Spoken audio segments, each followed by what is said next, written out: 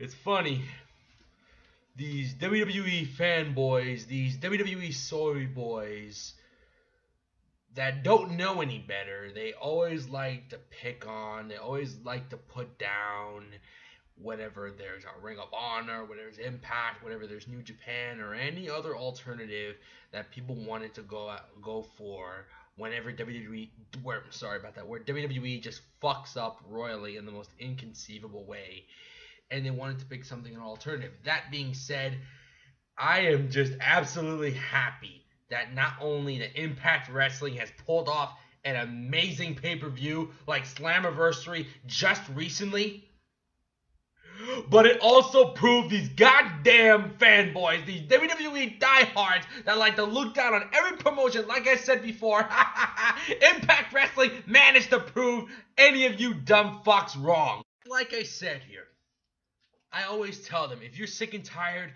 of the WWE product, I mean the stupid, lousy, illogical WWE product in terms of creative, here, go check out some alternatives. Check out Impact Wrestling Slammiversary pay-per-view. You'll thank me later. And oh boy, they're going to thank me later for sure. Let's get this video going.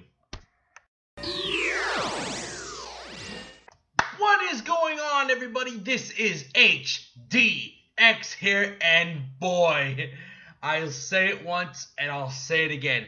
I have enjoyed Impact Wrestling's Slammiversary just recently, and I feel like that Impact Wrestling has just killed the TNA funk. I mean, the funk and the stank of the TNA mess that has been haunting them for so long. I felt like they have turned the corner right now. Like, seriously, this pay-per-view right here is well worth the $40 I have spent. Like, seriously, thanks to Fight TV. Like, I seriously have invested my $40 much wisely, and I got my money's worth.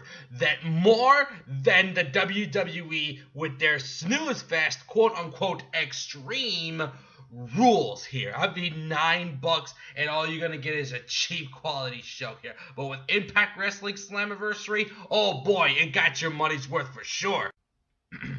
That's right, baby. Two $20 bills that I easily invested on this pay-per-view, and boy, is it totally worth it. Now, with that being said, let's take a look at the results here, and I'll give you my thoughts on them. For starters, we kick this off with an international four-way match between originally Rich Swann, but now replaced by Petey Williams, the return of Johnny Impact, Ray Phoenix, and the latest member of the Bullet Club, the Bone Soldier, Ishimori. But what's really interesting about this, what's really amazing, is that they brought in a New Japan Pro Wrestling signed talent here, Ishimori, who was formerly from Pro Wrestling Noah. It felt like an X Division match here, the way to kick off a good Impact Wrestling pay-per-view here. It felt like, and not gonna lie, it reminded me of the four-way dance for the IWGP Junior Heavyweight title back in Wrestle Kingdom 12. Believe it or not. I love that match here. Also the same here with the International 4-Way match here. In the end, Johnny Impact has won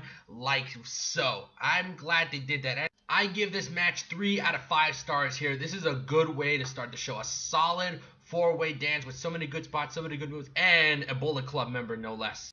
Coming up next, we have Tessa Blanchard versus Allie. Like, this match is like one of the best knockout matches that I've seen here tonight here so far. It felt like that this is the type of match where it felt like that WWE don't even have the balls to give you a good match because they're way too focused on their stupid, just plain stupidity on it, the way I see it in the WWE. But I digress. Now, Tessa Blanchard here, like, WWE missed the boat on getting Tessa Blanchard. Impact Wrestling had a good steal. They got a good steal on Tessa Blanchard.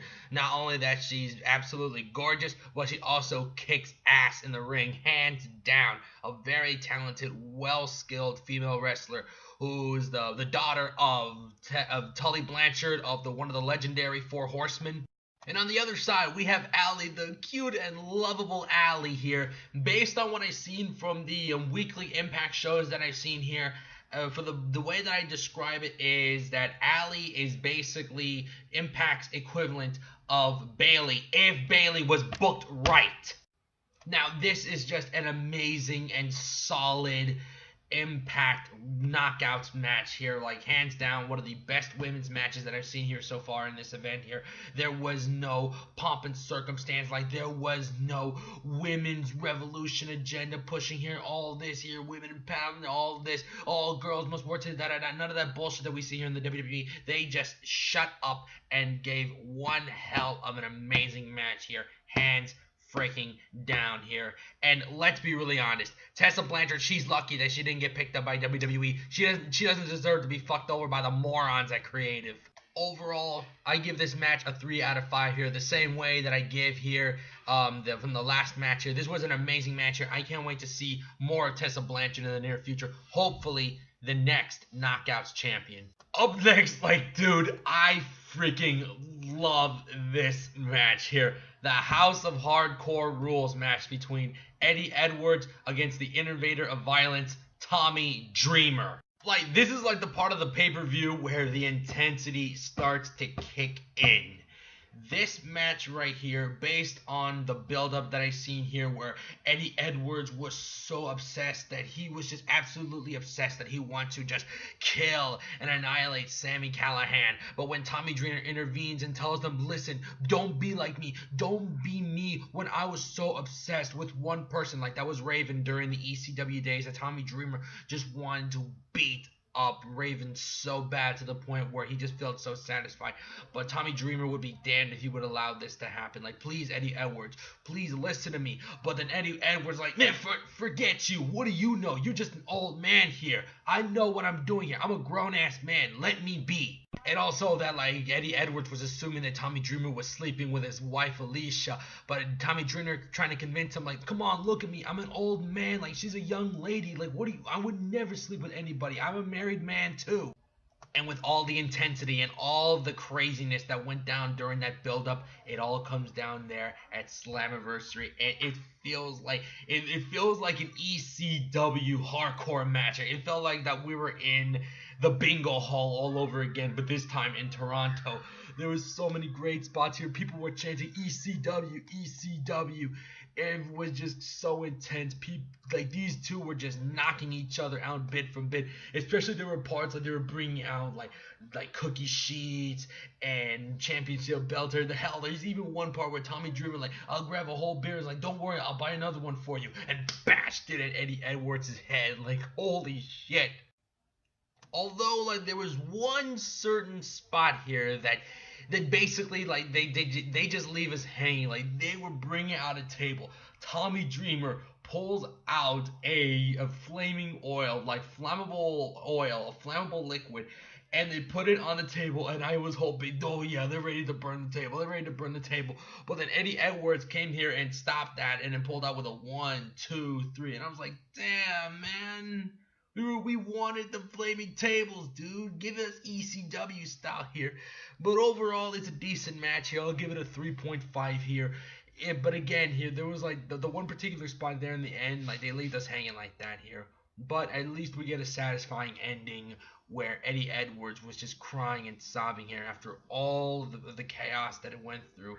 It felt like that he started to open his eyes and realize that, look, Tommy, I am sorry that I just didn't know what got to me. Like, emotions were running high. Again, overall, I'm actually going to give this a 3.9 out of 5 here. Like, this match right here kicks ass here. House of Hardcore, indeed, hands down. Up next, we have Matt Sydal versus Brian Cage for the Impact X Division Championship.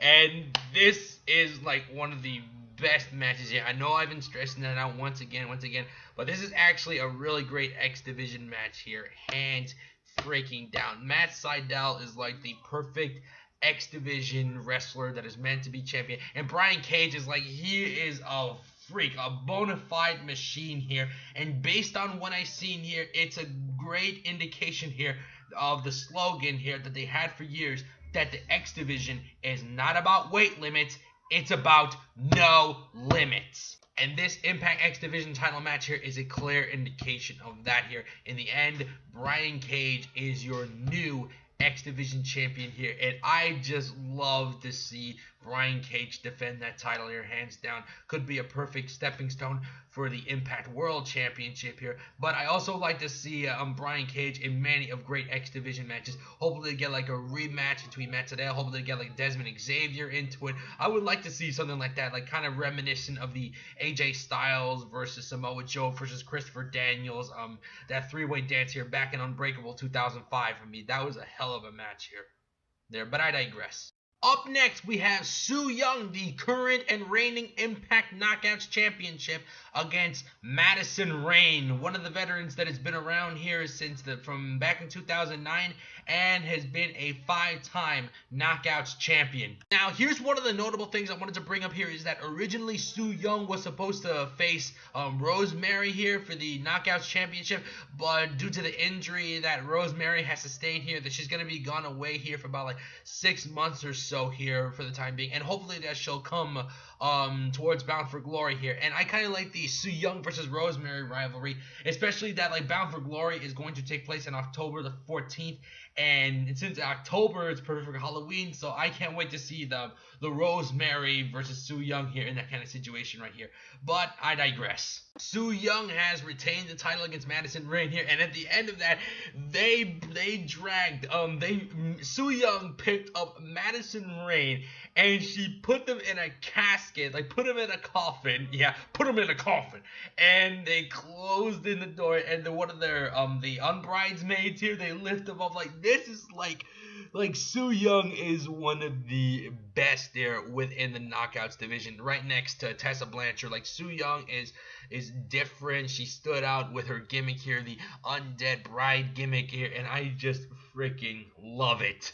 I give this match here a 3.5 out of 5 here, 3.5 out of 5 stars here. It's a really, really good match here, really solid. It's a really fresh match here. So with the Su Yung thing here is, like, you think that a lot of people said, like, oh, it's a perfect time to let go of that title here. Well, not yet. I wanted to see the Rosemary versus Su Yung for the Impact Knockouts title match here much better, especially a Bound for Glory here, because since that Bound for Glory is the WrestleMania equivalent for Impact here, and it's going to take place in New York City, and I still wanted to see Rosemary versus Su Yung here. That's exactly what I want to see here at Bound for Glory. All right, now time to move on. Now we move on to the 51-50 street fight for the Impact World Tag Team titles between LAX, Santana y Ortiz with Konnan versus the OGs, the original LAX, Hernandez y Homicide with King, Eddie Kingston. This match right here, it makes, like, this match right here, they lived up to the hype here. The 51-50 street fight, where it feels like just two dudes against two dudes fighting each other at the streets. It felt like they were fighting in the middle of the barrio, but with tables and with chairs and kendo sticks and trash cans and whatever they can get their hands on here. And I just love the amazing build up here. Like, Eddie comes in and he takes over the LAX situation right here, and Homicide comes into the mix of it, and then Hernandez came in out of nowhere and they attacked Santana y Ortiz here, and they formed a group known as the OGs, and then Konnan comes in involved and he's helping Santana y Ortiz, and now it just felt like that this match was not only about the titles, but it was about pride. It was about who runs the streets, who runs the LAX camp, who runs the Latino nation, as back then during the TNA days here. And these two went ham on one another. They were showing no restraint whatsoever. They didn't give a damn. They went full ham on one another here with so many spots, so many tables, so many chairs. And then one dude was like, either like Santana Ortiz was like, "Fuck you, bow." I enjoyed the hell out of it. There's even one part in here.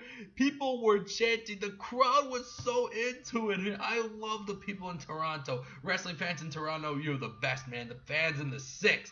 And they were chanting, Impact Wrestling. Impact Wrestling. It felt so symbolic that the TNA funk was gone. Now in its place, Impact Wrestling and a clean slate. I give this match here 4 freaking stars here. One of the best matches I see here. 4 freaking stars, hands down. Then up next, like seriously, I'm just laughing out of joy, man. I am just so happy to see this one. Pentagon Jr. versus Sami Callihan, mask versus hair, the traditional lucha de apuestas, the match of bets. Like, this is the type of match they just went full on Blaze Ham here. Just no disqualifications, no countouts, like anything goes here. You either win by pinfall or submission. Like, there's so many like tables and chairs and all that shit. Hell, they even brought out like 2 spikes. Like Don Callis mentioned that they brought in 2 railroad spikes, where they brought in, like, Sami Callihan brought in those spikes and he tore the mask of Pentagon Jr. just to get a right good perfect spot to inflict so much pain you wouldn't believe it. And he just knocked it down with a hammer. Like, he grabbed something and just knocked it again like it was a hammer, right? Like it was on a railroad track. And then Pentagon comes in and then he grabbed one of the spikes and he just knocked the hands down. They pulled that shit on each other, bashing them on the head with one of the spikes. It was just amazing. They pulled out some crazy shit. And then the Chris brothers, Jake and Dave, they come in and interfere to help Callihan here. And then Pentagon comes in and then boom, they knock this shit down. Like, one of the most interesting spots here, like the interesting spot that I've seen, like Callihan blinded Pentagon with some dust here, and it blinded him, and he grabbed the referee, he punched the referee, thought it was Callihan, and he broke his arm here, and you thought like, nah, Callihan. Was like, oh shit, the referee here, he pinned Callihan, but the referee was down, so they bring in another referee. And then they pulled that shit here. Pentagon pulled out the zero fear, the fear factor, with 4 freaking chairs on each side, and they bashed him beside his head. 1, 2, 3, and it was over. Callihan has to lose his hair. Ray Phoenix comes in, and they stop Callihan, and they shaved his head. And they got him a bald head. This match here, 5 stars match. This is a 5-star match here, in my opinion. Hands breaking down. Then up next, last but not least, the Impact World Heavyweight title on the line between the current holder, Austin Aries, against the #1 contender, Moose. I love doing that.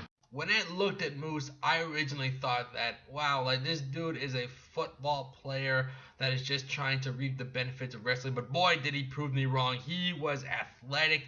He was well skilled against Aries. Aries, that he used to be on WWE, but then they screwed him over because of dumbasses of creative, like always.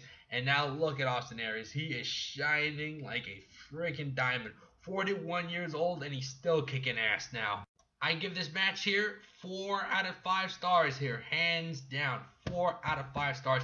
They pulled out all the stops. They kicked ass and take names, and they showed them that WWE, whoa, you know you done goofed. And that was the entire event. And overall, I gotta give this one a B+.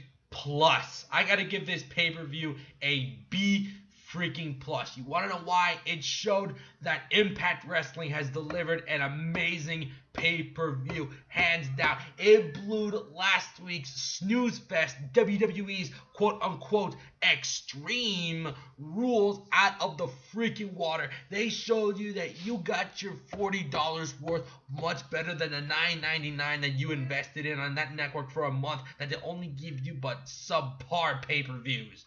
Like, this really also changed the perception that Impact Wrestling is not to be laughed at, not to be scoffed at on. That now it's at the same way that Ring of Honor is giving you good pay-per-views, the same way that New Japan Pro Wrestling delivers their events, and they're still setting the whole world on fire with their US expansion. It's a clear indication that now Impact Wrestling is now giving you some good wrestling that gives you a great alternative to the WWE. Hands freaking down, outside of NXT, because I also love NXT. Please, I want you to watch the replay here on the Fight TV app or where you can find it at the Global Wrestling Network when you subscribe there. Please, you'll thank me later. Give this video a thumbs up, comment, and definitely subscribe. This is HDX signing out. Have a good one.